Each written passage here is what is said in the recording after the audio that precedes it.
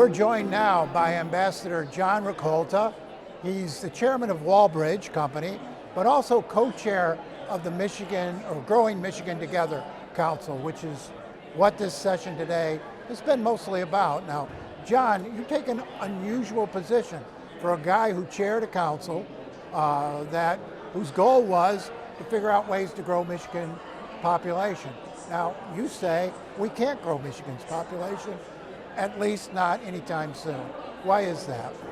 I looked at the studies that were done by the demographers, and one after another showed us that the four drivers of population growth were all trending in the negative direction for Michigan, and it would take more than one population council report to reverse those trends.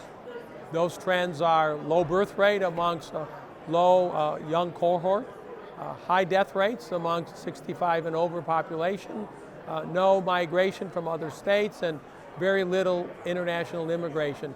These are the four drivers of growing the population, and every one of those in Michigan is basically in the tank, and there's no way of changing those in the short term.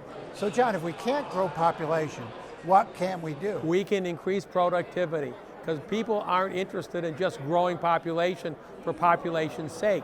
What this is all about is growing prosperity, making our state a richer state, having our citizens make more, and what that requires is a better understanding of how innovation and education play a role in the gains of productivity of virtually anything that's done on the face of this earth. Before we get into how to grow prosperity, let's talk about what's happened to Michigan's prosperity. This one time was the land of opportunity, and it's not so much anymore. That's true. Starting in 1952, we were approximately 117% of the national average. That means we were 17% higher than the average, okay? Over the ensuing 72 years, we've gone from that high state to today, our per capita income is stuck at 86%.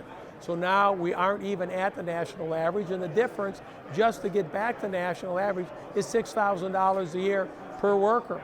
So we've got a lot of catching up to do. So John, to grow prosperity, what do we need to be doing here? We have to increase the educational quotient of the entire state. The high-paying jobs in America today are all wrapped up in new innovation, old manufacturing processes that have been improved through automation and the like, in artificial intelligence. We have to adopt those things and implement them widely across the state.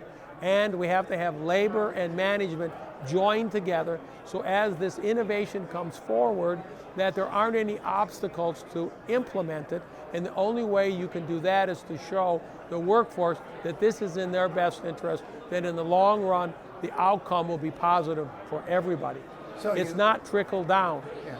It's from bottom up. So you grow prosperity, bring in the kind of jobs younger people are looking for. Ultimately, you grow population? Yes, ultimately people will come here, but it takes a long time for you to change the K through 12 outcomes that are currently. I mean, it took us 25 years to go from 10th place to 40th place in terms of outcome. We're not going to change that overnight, but we have to identify that as a major problem and start putting our thinking and our resources and our cohesion toward that. Now, you said that education is the #1 issue. You've been involved in trying to make that happen here for a long time. What are the obstacles for improving education outcomes here? We've never valued education very highly because we had all these great blue-collar jobs. You could make a good middle-class living with a high school education. That's not true anymore. We need to recognize that that's come upon us a lot faster than we ever had anticipated. What will this take in terms of the politics of the state, the political will to make all this happen? The political will is always just on one side. We have this unfortunate moniker called the Michigan 180. That is that successive administrations seem to reverse most of the policy implementations of the prior ones. We need to stop that. We need to coalesce and to put forth policies that survive the current administration. That's number one.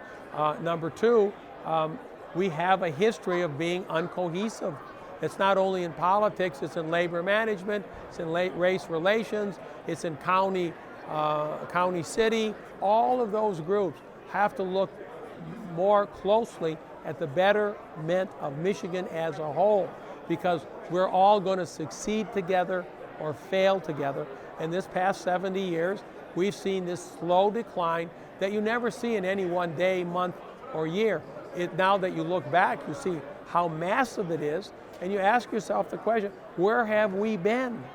And why haven't more politicians emerged identifying these issues? And I don't know the answer to that. We have to find them, though, if we're going to get through this, right? That's true. Watch One Detroit, Thursday at 7:30 p.m. You can find more at onedetroitpbs.org or subscribe to our social media channels and sign up for our One Detroit newsletter.